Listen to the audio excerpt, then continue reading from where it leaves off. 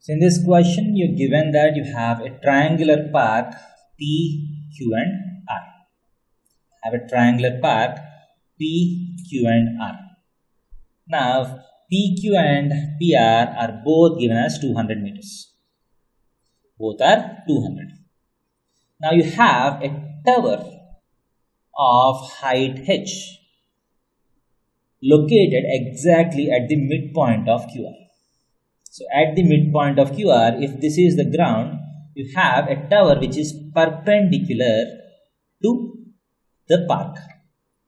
And if you observe from P, the angle of elevation of this tower is 45 degrees.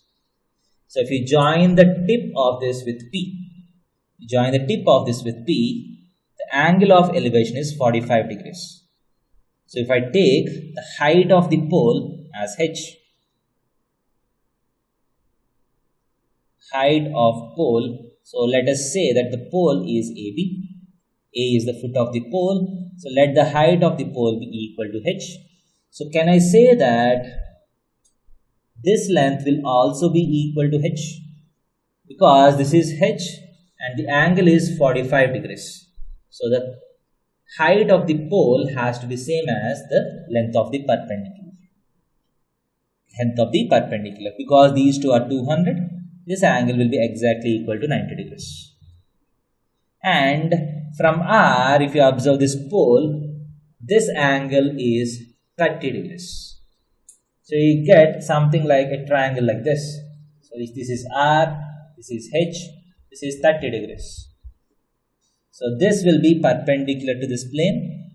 This will be the line of sight, and this is 30 degrees. Hence this will be h root 3, right? Because tan 30 degrees is 1 by root 3. So if the height of the pole is h, this will be h root 3. And symmetrically, from here also the angle of elevation is 30 degrees. This will be equal to h root 3. Now you are asked to find the height of the pole.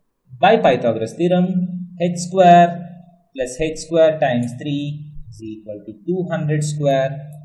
4h square is equal to 200 square. 2h is equal to 200. H is equal to 100. So answer is h, height of the tower, is equal to 100 meters. Thank you.